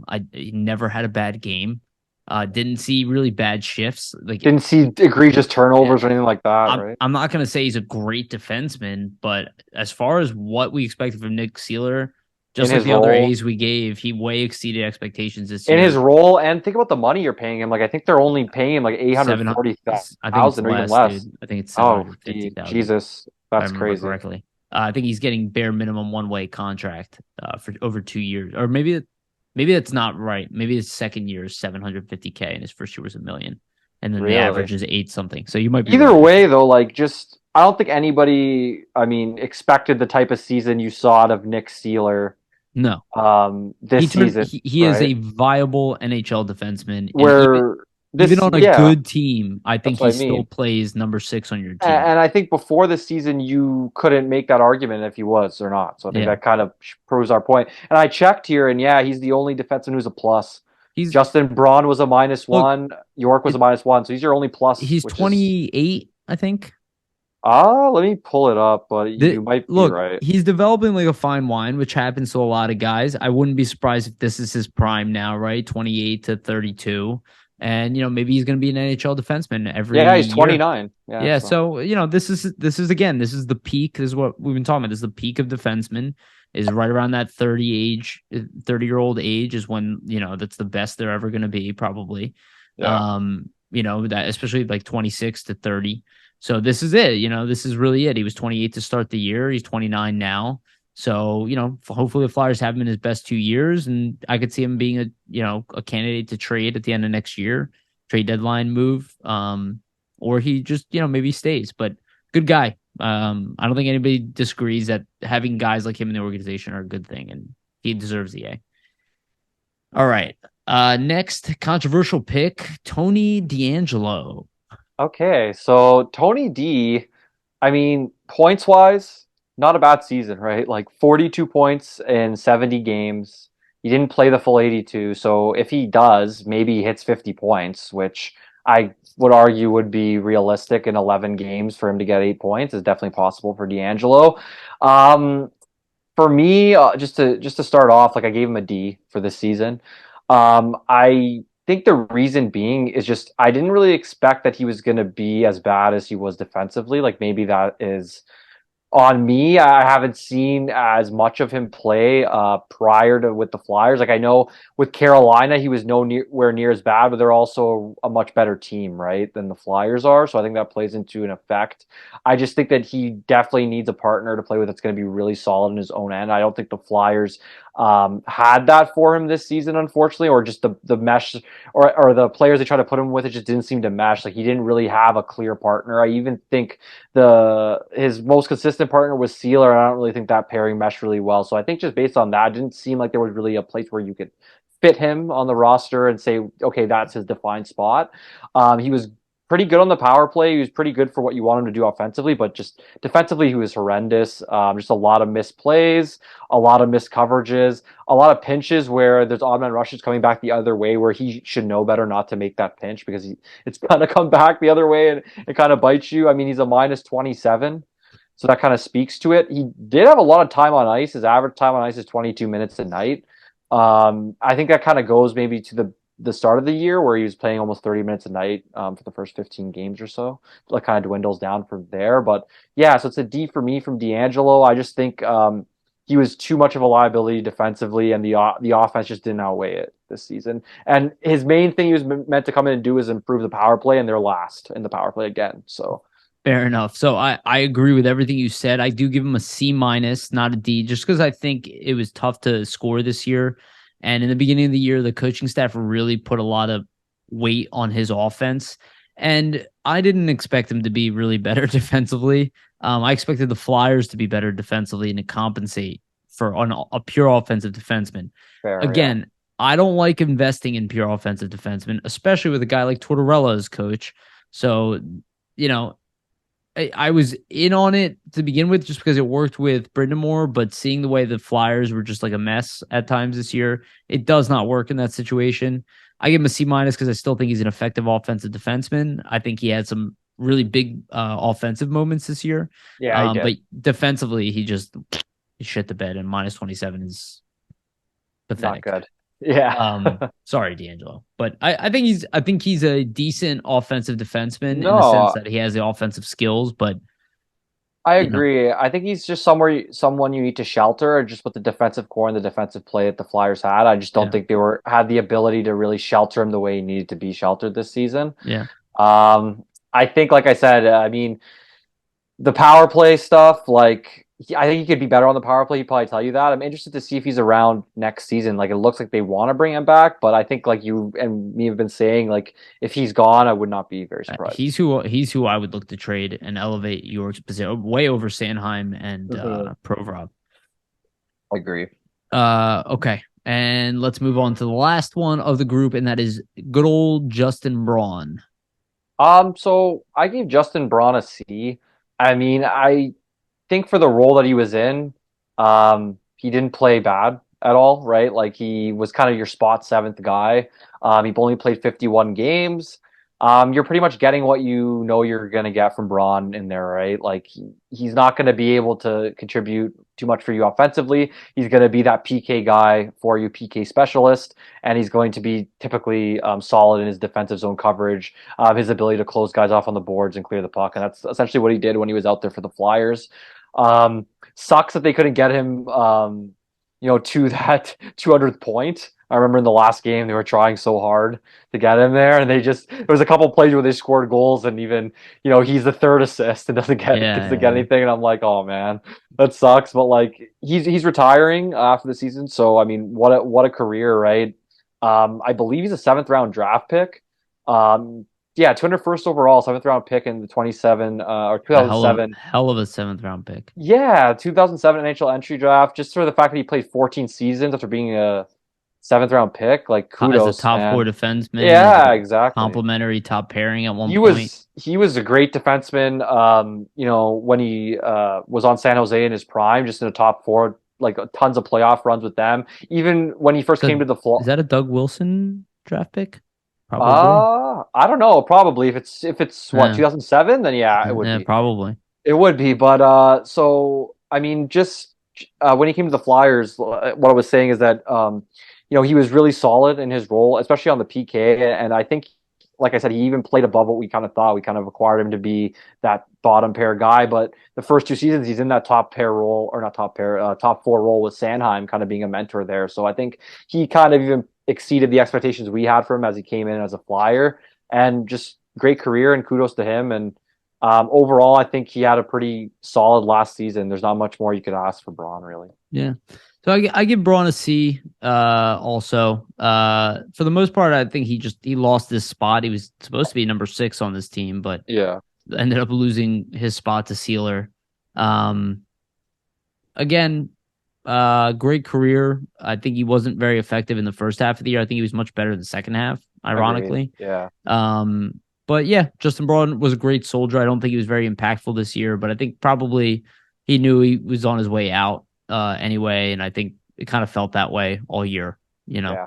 And you could Um, see too a lot of the young guys, like they considered him to be a mentor, and he was a really big leadership role. So I think in that aspect, like he had a big effect on those younger players, kind yeah, of breaking into the league, right? it just sucks that all of our leaders are like bottom end players. Yeah, I know, right? Yeah. Where's Claude Giroux, right? When you Yeah, need him. of course. All right, so we're done with the D. Let's go overall grade for the defense, and then we'll do the PK. Okay. So for the defense, I just wanted to caveat this as well. So this season they were 22nd worst in the league, gave up a total of 276 goals. Last season, they were 26th worst in the league and gave up 294 goals. So they gave up 18 less goals this season. So I mean, although that's not a lot of improvement, there is still some improvement from last season. I gave the defense a C at the middle of the year. I'm going to give them a C as well at the end. I don't think really much has changed. I think in general they still need to kind of minimize the goals against, and that starts with getting the PK to be a little bit more effective. So I'll give them a C for defense. C for defense. I give them a C plus. I gave them a C in the midterm. So I give them a C now. The reason, or a C plus now, the reason I give them a C plus now is because, and we talked about this, is I think they gave up a lot of they were in a lot of 1 goal games. And Yeah, there were a lot of games where the Flyers could have been blown out in the past, and they didn't crumble. This team defense didn't crumble, and I thought they played a much more respectable game this year. They, like I said, they weren't a good possession team, but they hit a lot. They're one of the top shot blocking teams in the league. And I think they laid their body on the line. I don't think anybody had a phenomenal year outside of Sealer playing outside of his expectations. But I think as a core, they were adequate. So I give them a C plus because I think they finished this year in comparison to last year as a respectable defense and a stingy defense. And I think the way they play is optimized for the playoffs. I don't think they have the talent. I don't think they were executing on that level, but it's clearly, I've talked about it earlier, it's hints of a team who's able to play tough games. And they were annoying to play against this year. For how bad they were a very annoying team to play against. And I attribute that mostly to defense, not offense. So I give them a C plus. Yeah, that's fair. And I think something I wanted to mention too, just to caveat and jump off is, I mean, they were a lot better defensively and just more competitive in games in general. So you could definitely convince me probably of the C plus as well, over the C. They had 21 one-goal losses this season, 13 in OT in the shootout. So it just shows, I mean, 21 one-goal losses.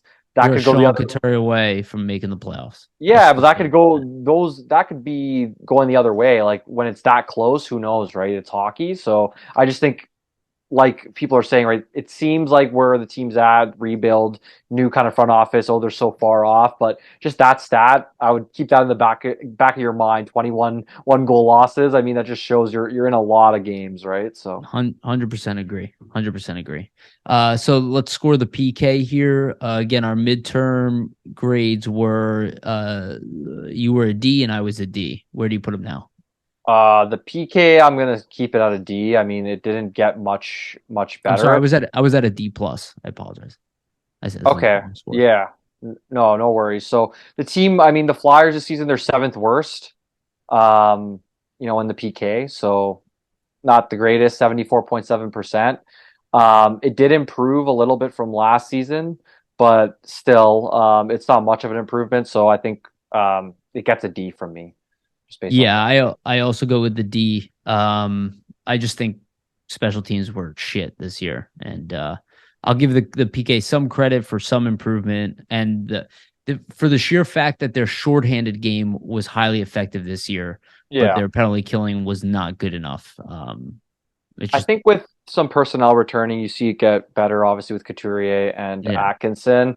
It's tough with the PK stuff, and I think we said at the beginning of the year, right? Like if you look at all the teams that made the playoffs, or PK and power play are kind of the top half of the league usually, yeah. or in the middle, right? So we said it at the beginning of the year, if the Flyers are gonna have any chance to make the playoffs, they at least need to have a middle of the road power play, middle of the road PK. They did Mhm. not have either of those things, and they did not make the Yeah. playoffs. So typically, special teams is a real key to actually getting into the And postseason. winning faceoffs is a huge part of PK too. Yeah, And exactly. we're the third worst faceoff team in the league this year. So also must be fixed. All right, let's move on to goaltending and then we'll end with coaching.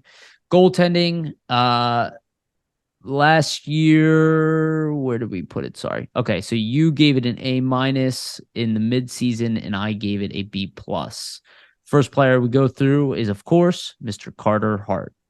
Yeah. So for Carter Hart this season, I gave him an A minus. I believe I don't think we graded at the midseason, but if I was going to give him a grade, I would have probably given him around the same, an A minus.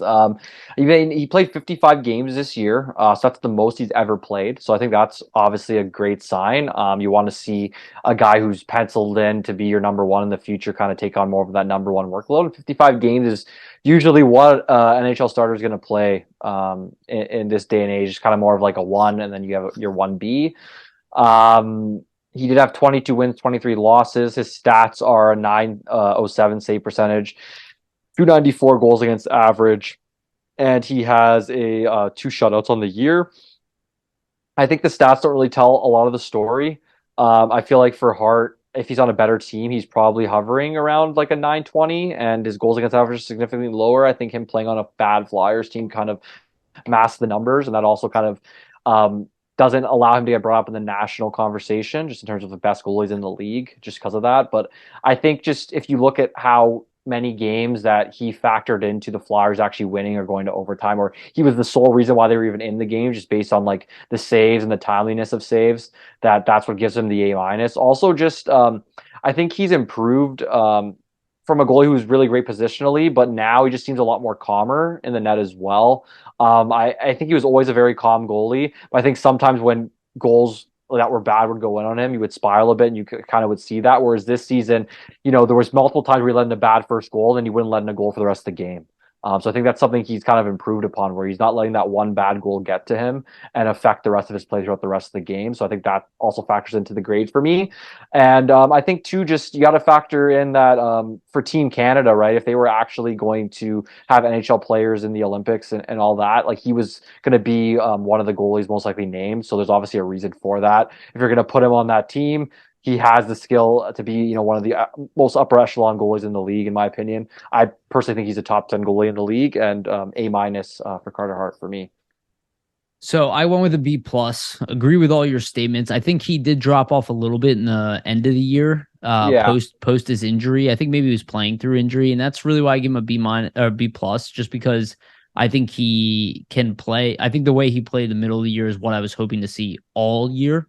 yeah, I think he is definitely a top 10 goalie in the league. I think he's elite and exceptional. But I don't know, maybe I'm being a little harsh on him, but I see a C plus or a B plus just because I think he didn't steal games at the end of the season. fair. Yeah, I agree. He did tail off a bit, so Yeah. fair And again, assessment. I think most of that was injury related, and coming back probably aggressively, but that's okay. Yeah. Okay. Next on the list is Samuel Ersan. Sam Urson, I mean, doesn't have too much of a track record, obviously. He only plays 12 games with the Flyers and only gets 10 starts, but he still does have 6 wins and 3 losses. 899 save percentage, 307 goals against average. I just gave Urson a B, and reason being is I was impressed just with his ability to kind of adapt to the NHL level so quickly. Like he didn't look out of place, and he definitely looked like he could be an NHL backup if they wanted him in that position even this year, right? And I think even Tortorella said he was their best goalie in camp, so it's kind of a reward to get him in some games. And he did show that there's a lot of potential to his game. What I thought was most impressive is for a goalie that's so young. I mean, his calmness obviously just doesn't seem phased in the net. And also, there was a game where he got pulled and then came back in and then finished the game really strong. And the Flyers actually almost tied it up against the Hurricanes in that one. I think Carter Hart got hurt, I believe, and then had to come back out. But I thought that was really impressive just to see the psyche of a young goalie. Gets one of his first starts ever, gets pulled, and comes back and doesn't get obliterated going back in the net. That just shows, strong mental toughness. I thought just his skills in general, right? Like the rebound control was on point. He didn't look like he was losing his net or was like too over crazy athletic where he's out of position or anything. So I think just a solid showing for him in his first kind of NHL stint. So I give him a B. I give him a B plus. Agreed again, everything you're saying there. I put a little more stake in the fact that he was so far ahead of schedule and he started off, I think it was 6-0. Yeah, I did, which is crazy. Yeah, and then the team started playing terribly in front of him. And we saw what kind of Sandstrom had to, and we'll go through Sandstrom in a minute here, but we saw what Sandstrom had to deal with. And obviously he's not inhuman. We saw Carter Hart get lit up when the team plays terribly in front of him.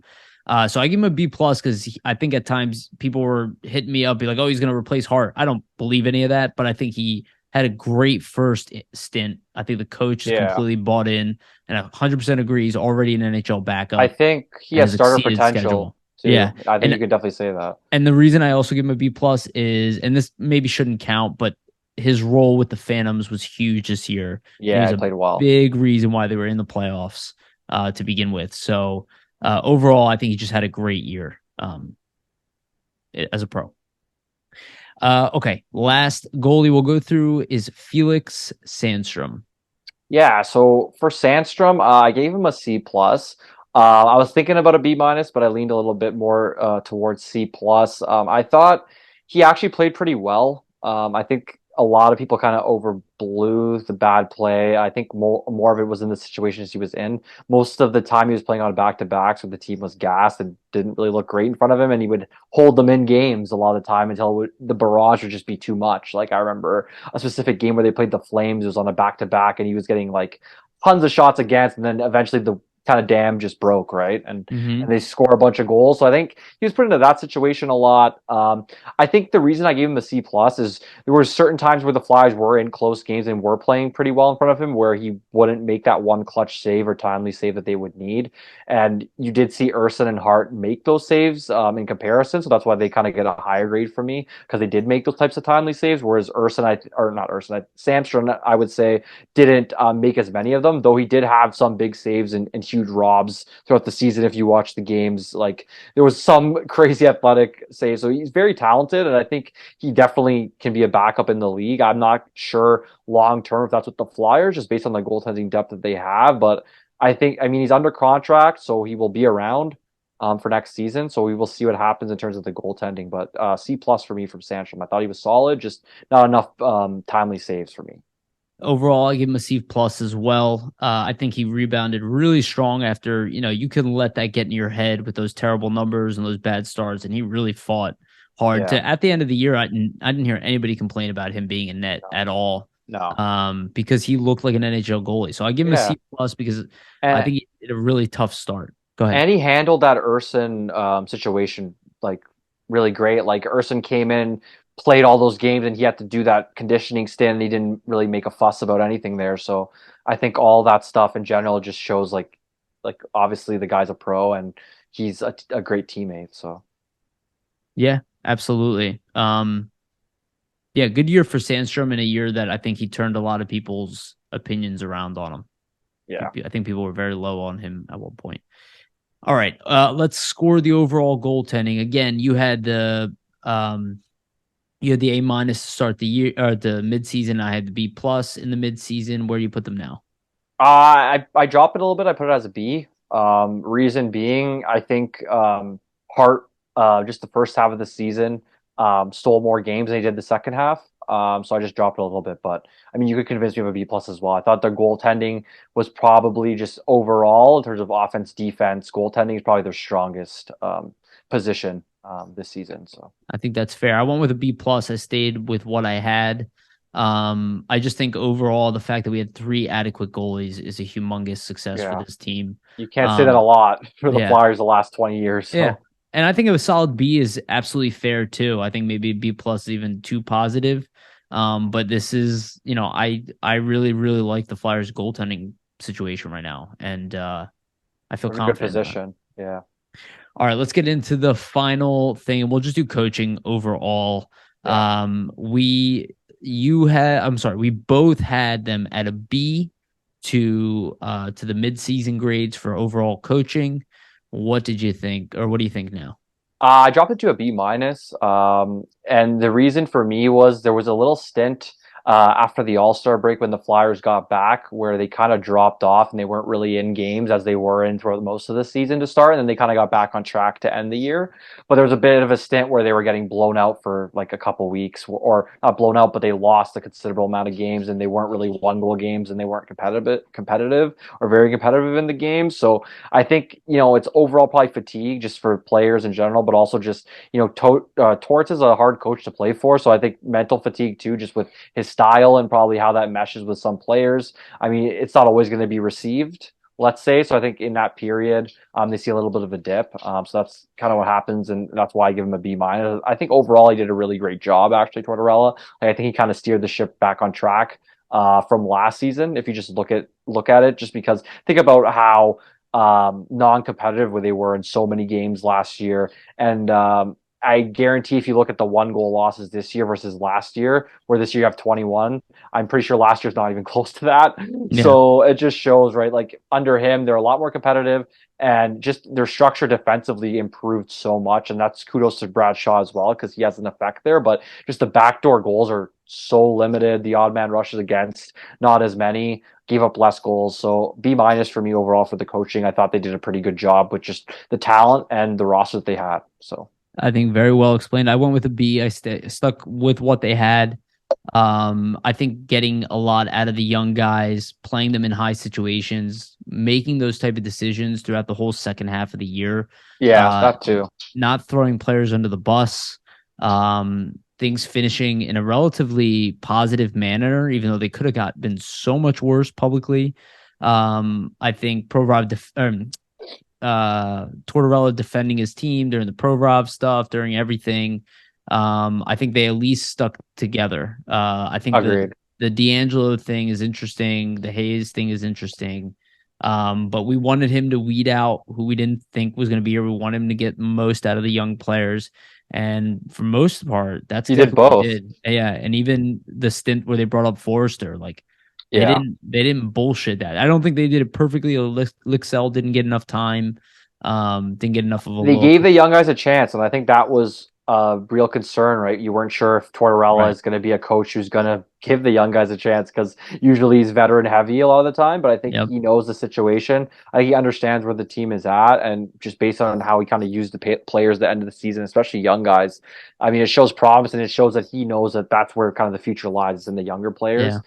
So, and the culture thing I too, right? I think in general, like you can see there's a cohesiveness yes. around this year's team versus last year that wasn't there. So And the team has an identity now. It's not fully formed, but it's a hint of an they're harder to identity. play against for sure. Again, the block shots, the hitting, the That's fighting, the Torts, like yeah. you guys might not like that. You might call it old school, but it's an identity. It's a start of Yeah. And something. that's what he brings though, usually. Yeah. It So if we didn't do separate categories for PK and penalty power play, I probably would score them lower. But because yeah. we individually graded those so poorly, they should handle on their own. That also is Yeah. a reflection of coaching. So no doubt about it. But I guess this is kind of a separate overall coaching thing. And I just saw a lot of really good stuff in all the other elements from coaching that is exciting. Agreed, yeah. Cool. All right. Done with the grading. We Last got two. through it. That was Yeah, awesome. dude. Good meet. I hope you guys enjoyed that. So we'll end here pretty shortly. We got a couple more things here. So let's just recap here. The Phantoms were one and had a 1-1 series with Charlotte.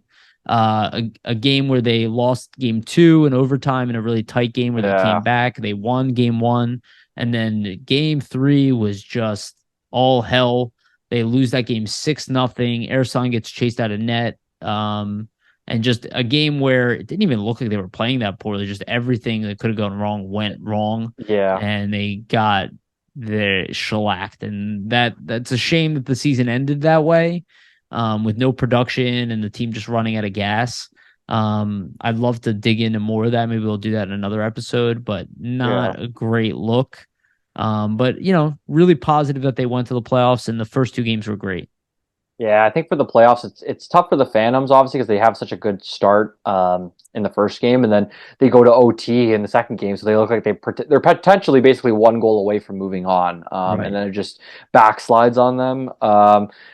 I think there's a lot of positives to look at, like specifically Tyson Forster. I mean, he looked dominant at points in the Yep. first two games, and he was on the scoreboard in both games and had a hand in a lot of goals. So I mean, that's something to look at. Elliot Desnoyers as well, with some big goals in the second game too. So I think a lot of the young guys showing out, even in the limited, three playoff games, is a good thing. I think the third game, Bill Meltzer had a great piece on it on Hockey Buzz, just how like probably shouldn't have gone to Urson in the back to back, and that he played a ton of games over the final stretch, whereas he kind of ran out of gas. So maybe the coaching decision there is kind of what doesn't really help the Phantoms. Like I know the Checkers go with their backup goalie, so maybe there's a bit of a blunder there. Yep.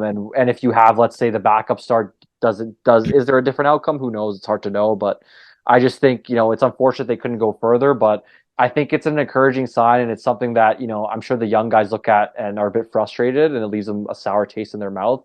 I think sometimes with that frustration, you can see progress for players. So wouldn't be surprised to see a lot of those young guys come in next year even hungrier, just based off what kind of happened. So Yeah, and I hope they improve the Phantoms. Like I know there's some young guys coming over to add. Not all the young guys are going to be graduating, especially start the year. And I hope the Phantoms are even better next year. I don't yeah, like them fading out this way, and I really want them. They also didn't play as well in the final five games. Um, yeah, but not a bad season. Good season overall in progress. So I'm happy about that. All right, let's get into our final segment, and this is playoff predictions. We kind of went through this before, but as we stand right now, let me just go through the series. There's going to be some games on tonight, but right now, Colorado's tied 2-2. How do you think that one finishes? I'm thinking Colorado. I'm still going to stick with Colorado. I think I had them in 6 games. I'll stick with them in 6, so they'd have to win the next two. So Yeah, I mean, I don't remember what we said specifically for this one, but I think Colorado in 6 is still appropriate. I think there is a chance that it goes to 7. I think there's a chance that Seattle wins. But I do expect the former champs to kind of wake up here as with their backs. You know what I mean? yeah. Um, I expect the difference makers to step up, but I do know McCarr is suspended for a game. So Oh, I did not see that. So yeah, that's so that'll be interesting. So we'll see what happens there. I think people should be prepared for an upset. It happens, especially yeah. with former champs. Um, cool. So that series is wrapping up or halfway through. Next series is Dallas, Minnesota. That series is 3-2 with Dallas dominantly winning the previous game. It's been very close outside of that. I took Dallas initially. I'm sticking with Dallas, and I could see Dallas going to the finals in the West. I'm sticking with Dallas as well. I took them in 7 games. I thought this was like I called out last week. This is my most interesting series to Mm-hmm. watch because I just thought it was so close, and I think this has been, if not the most entertaining, probably second to the Leafs series. I thought that's been a really great series as well. But every game's been close. I mean, a couple blowouts in there, but I just think they're so close in terms of how good they are, both Minnesota and Dallas. It's going to be interesting. I think definitely gets to 7 games, but I think Dallas. I mean, Ottinger is going to be the factor for them.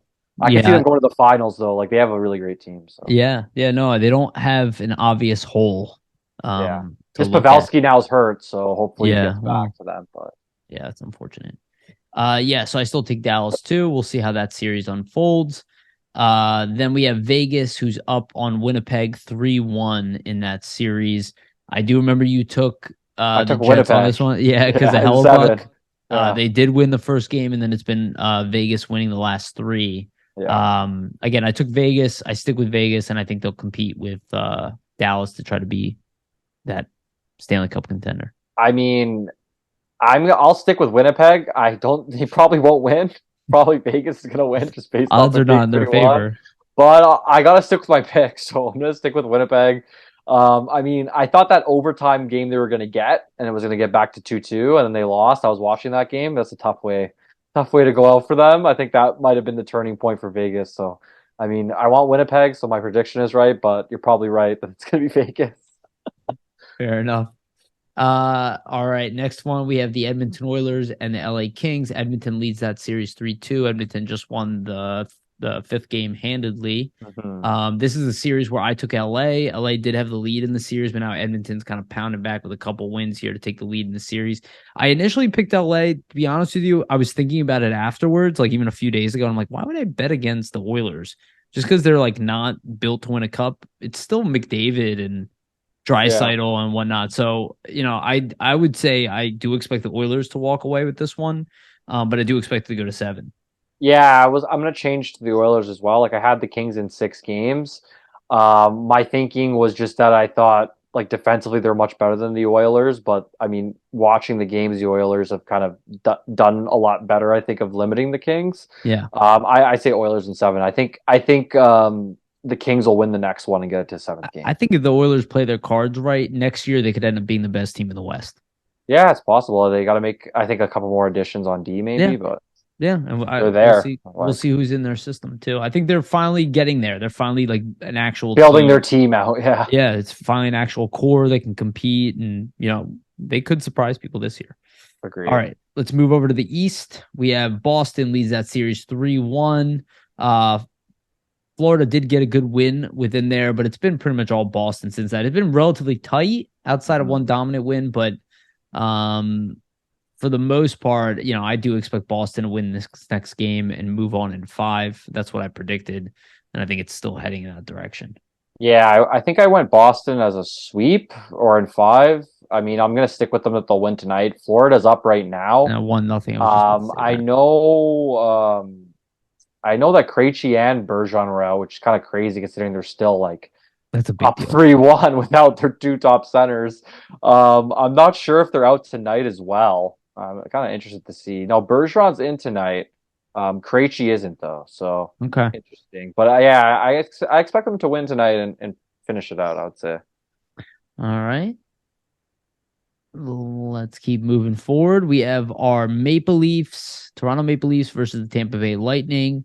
Toronto leads that series 3-1. I did take Toronto. I do believe this is their year to This move is it, on. eh? For the Leafs. Finally I mean, here. obviously they've been in this position before, but I think I think this is what I think about it. It would be such a shame for Dubas and all this to be considered a failure because it is not.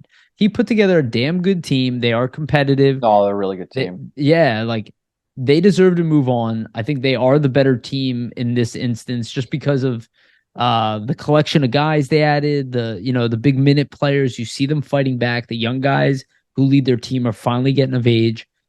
I expected to close it. I don't know if they're going to close it out in five, but I definitely think they can close it out in six, and I do expect Toronto to continue to move on. I think it's going to go to 7, but the Leafs will win. So it's That game changing. seven is dangerous for the That's Leafs. changed. Yeah, that's changing my pick because I said Tampa in 7, but I think the Leafs, just like for all the reasons you said, I think finally you're seeing their young guys like Matthews and Marner are contributing a lot more than they were, and I think that Yeah. was a big reason as to why they didn't have success in the past. And I mean, you add in Ryan O'Reilly, who's already had a couple clutch goals, Yep. in the first round. I mean, I would say adding him in there. They're probably gonna get the better of Tampa. It's been close though, right? Like 2 overtime losses. It could easily be 3-1 Oh, Tampa's. 100%. It's a very close game. I worry about a game seven for Toronto with Vasilevsky and net. He's the best goalie in a game seven In a game situation. So 7. Yeah. We'll yeah, see. I still think we get game 7, but I think the Leafs have it. he's like historically good in a game seven. He's like the best version of himself in a game That'll seven. be like the Leafs exercising their demons completely, choking to game 7 and then And then finally winning, winning. Yeah. scaring the shit out of all their fans. Go watch what's his name? Who's the Leafs got oh my god, I listen to his show all the time. um DPN, oh, fucking Steve SDPN. Dangle, yeah. Steve Dangle, yeah. Steve Dangle, watch him get a He'll heart have a heart attack. attack Oh my literally, god. yeah. I love his videos though. They're great. Earlier is He's great. Um all right, next series is Carolina. They lead that series 3-2. The Islanders just won the last game. They're trying to crawl their way back in from being down 3-1. I think a lot of people would have taken this series to go 7. I think Carolina closes it out here in 6. yeah. I picked Carolina, and they again another team without injuries. They have no holes. Obviously, missing Svechnikov is a big deal, but still a damn Yeah. good team. I think I mean for Carolina, I'm going to stick with the Canes. I think I had them in 5 last week or 6. I can't remember, but I think they'll finish it in 6. Obviously, like you said, like just great team in general, just defensively, but they just have the puck so much. Like we play such a puck possession Yep. style, an overwhelming style.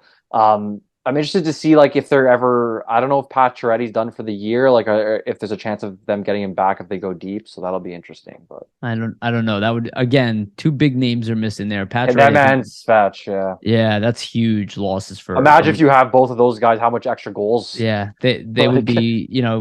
Everybody could see it being Boston versus Carolina at that point, if they were healthy. yeah.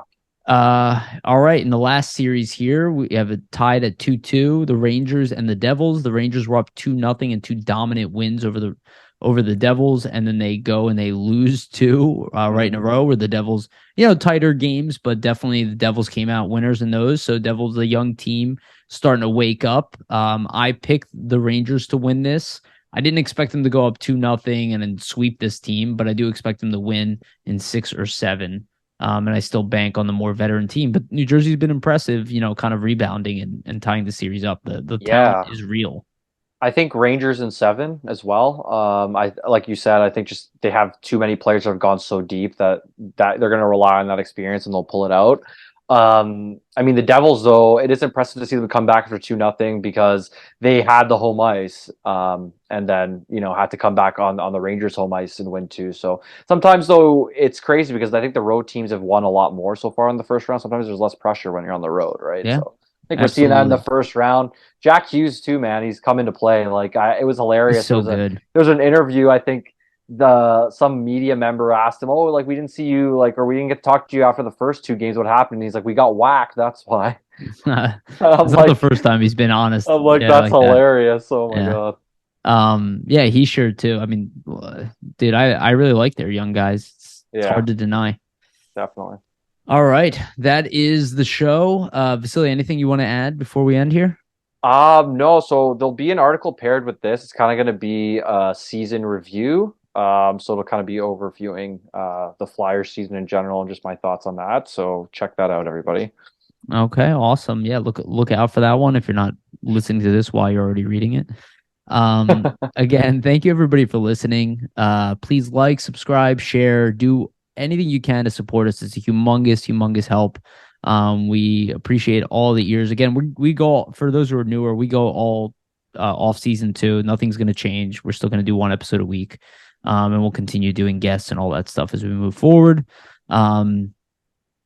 Yeah, and outside of that, again, this has been fun, and I can't wait to have like big news. And what are we, 2 weeks away from the lottery draft? I think it's May 8th. May So 8th, I less than think two we were weeks. hoping to do something maybe live that night. So Yeah, well, we'll see what we can we'll have figure to out. plan that out. All right. Thank you again, everybody, for listening. We love you. And remember, always stay gritty.